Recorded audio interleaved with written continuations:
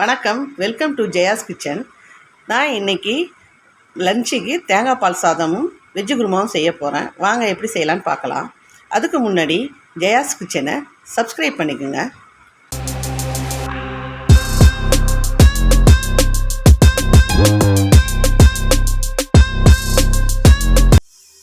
அடுப்பை பற்ற வச்சு பாத்திரத்தை வச்சுக்கலாம். பாத்திரம் காயட்டும். நான் இன்றைக்கி தேங்காய் பால் சாதம் 1 கிலோ அரிசி போட போகிறேன். அது என்னென்ன செய்கிறதுன்னு பார்க்கலாம். பாத்திரம் காஞ்சிடுது. நெய் ஒரு 100 கிராம் ஊற்றுறேன். இதுக்கு ஒரு 150 கிராம் ஊற்றலாம். 100 கிராம் ஊற்றுறேன். எண்ணெய் கொஞ்சமாக சேர்த்துக்கிறேன். ரீஃபண்ட் ஆயில் இது. எண்ணெய் கொஞ்சமாக சேர்த்துக்கிறேன். எண்ணெயும் நெய்யும் காயட்டும். இந்த எண்ணெயும் நெய்யும் காஞ்சதும் ஒரு 4 பிரிஞ்சி இலை. பிரிஞ்சி இலை சின்னதாக இருக்கிறதால 4 எடுத்துருக்கேன், இல்லைன்னா 2 போட்டுக்கலாம். பட்டை 4 துண்டு, 1 இன்ச் அளவுக்கு 4 துண்டு, ஒரு ஸ்டார் அனைஸு, 6 கிராம்பு, 5 ஏலக்காய், 2 மராட்டி. இதை போட்டுக்கலாம்.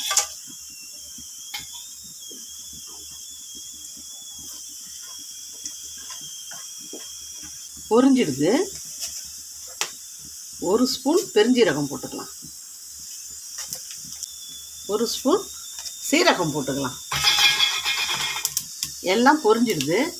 இதில் ஒரு 3 வெங்காயம் இருக்குது, 1 தக்காளி ஸ்லைஸாக அரிஞ்சிருக்கேன், பச்சை மிளகா ஒரு 4 பச்சை மிளகா துண்டு போட்டிருக்கேன், கருவேப்பிலை கொஞ்சம், கொத்தமல்லி கொஞ்சம், புதினா கொஞ்சம். இப்போ இது பொரிஞ்சிடுது. வெங்காயத்தை சேர்த்துக்கலாம். வெங்காயம் ரொம்ப வதங்கணும் இல்லை, கண்ணாடி பதத்துக்கு வதங்கினாலே போதும்.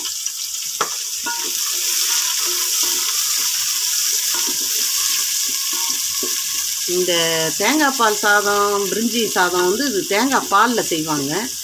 1 கிலோ ரைஸுக்கு 2 தேங்காவை நான் பால் எடுத்து வச்சுருக்கேன். 1 கிலோ ரைஸுக்கு 1.5 இதுக்கு தண்ணி போடணும். நான் 1 கப் அளவுக்கு தேங்காய் பால் எடுத்து வச்சு,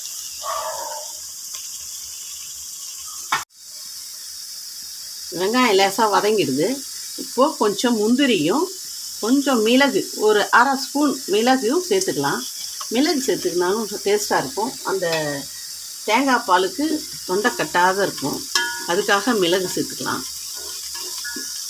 இந்த நெய்யிலே இந்த வெங்காயம் வதங்கிறது அவ்வளோ வாசனை, டேஸ்டியாகவும் இருக்கும் நல்லா. இப்போ இஞ்சி பூண்டு பேஸ்ட்டு சேர்த்துக்கலாம். நான் 2 ஸ்பூனு இஞ்சி பூண்டு பேஸ்ட்டு சேர்த்துக்கிறேன்.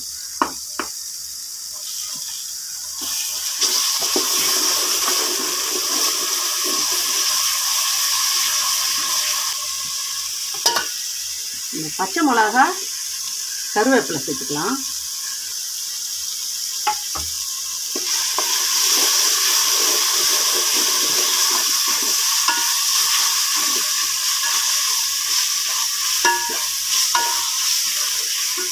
கூடவே இந்த தக்காளியும் சேர்த்துக்கலாம். கொஞ்சம் கொத்தமல்லி போட்டுக்கலாம், கொஞ்சம் புதினா போட்டுக்கலாம்.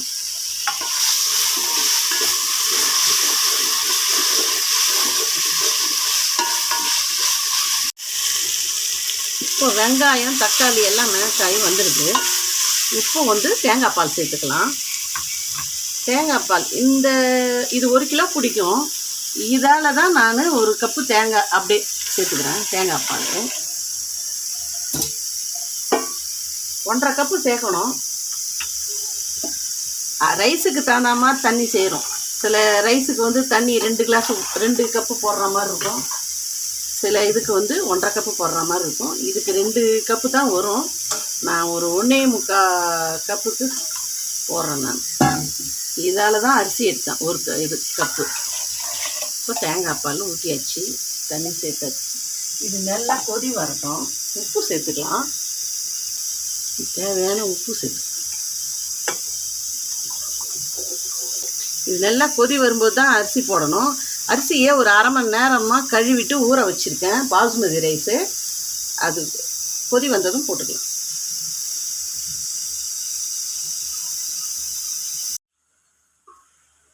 நல்ல தேங்காய் பால் நல்லா கொதி வருது. திறந்து பார்த்தோம்னா செம வாசனை. இப்போது இந்த அரிசி சேர்த்துக்கலாம். இந்த மாதிரி கொதி வந்து போடும்போது தான் நல்ல இதாக வரும்.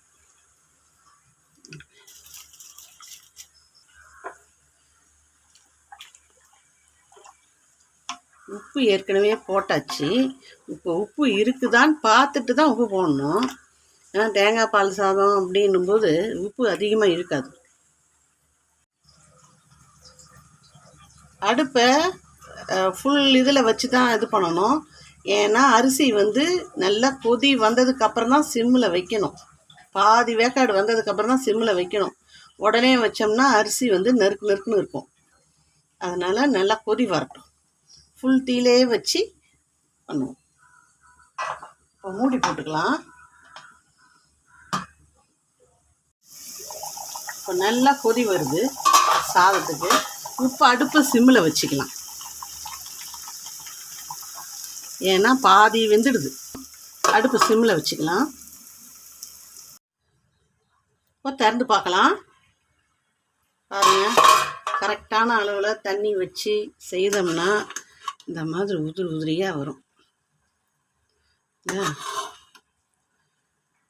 சாதம்.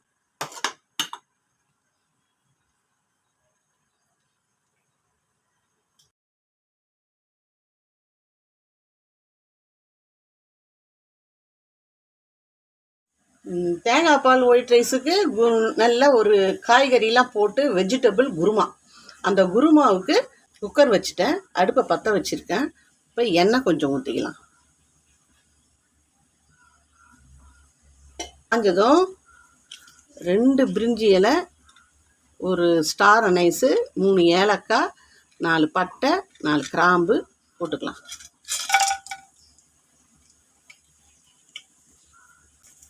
இது கூடவே பெருஞ்சீரகம் கொஞ்சம் போட்டுக்கலாம். இப்போது அந்த பொரிஞ்சிடுது எல்லாம். இப்போ வெங்காயத்தை போட்டுக்கலாம். வெங்காயம் ஒரு 4 வெங்காயம் பொடி பொடியாக நறுக்கி வச்சுருக்கேன்.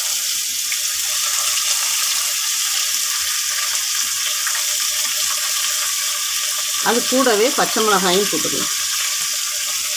கருவேப்பிலையும் போட்டுக்கலாம்.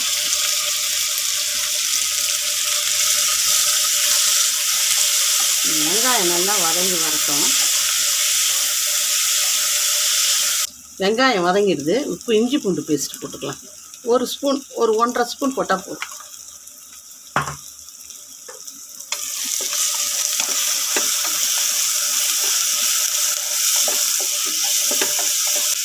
இப்போ தக்காளி போட்டுக்கலாம்.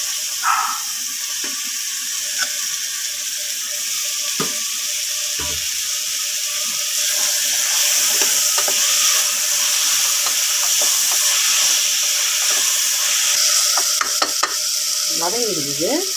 இதில் 1 spoon red chilli powder. Red சில்லினா இது காஷ்மீரியும் கலந்தது, அதனால் ரெட் சில்லி பவுட்ரு.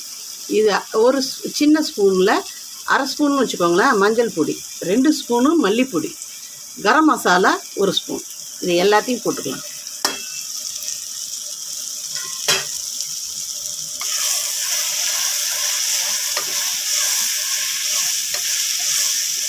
இப்போது காயெல்லாம் போட்டுக்கலாம்.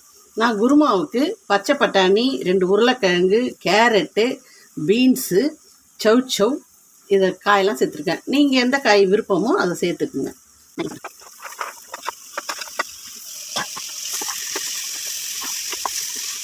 இந்த காயெல்லாம் வேகிறதுக்கு கொஞ்சம் தண்ணி விட்டுக்கலாம்.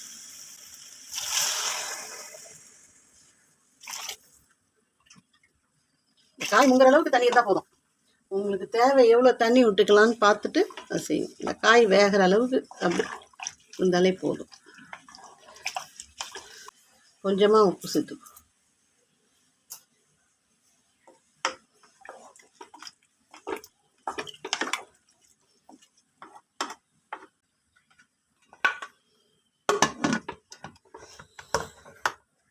ஸ்டீம் வந்ததுக்கப்புறம் தான் விசில் போடணும். அதுக்குள்ளே விசில் போடக்கூடாது. இந்த குருமாவுக்கு ஒரு மசாலா பேஸ்ட்டு சேர்க்கணும். தேங்காய் 1 கப்பு, ஒரு கொஞ்சம் முந்திரி, ஒரு 10 முந்திரி, 1 ஸ்பூன் சீரகம், 1 ஸ்பூன் பெருஞ்சீரகம், கசகசா 1 ஸ்பூன். இதை சேர்த்து பேஸ்ட்டாக அரைச்சிக்கி ஊற்றணும். வந்துடுது, ஸ்டீம் வந்துடுச்சா? இப்போ விசில் போட்டுக்கலாம்.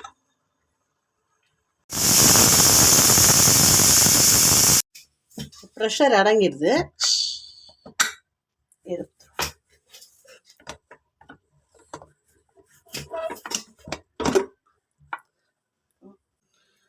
காயெல்லாம் வெந்துருக்கு.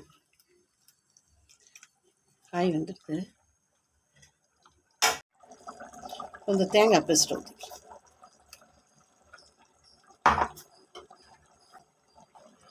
தேங்காய் அரைச்சிட்டேன்.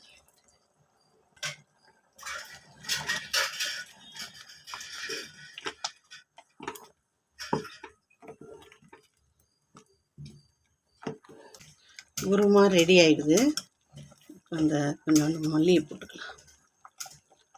அவ்வளோதான்.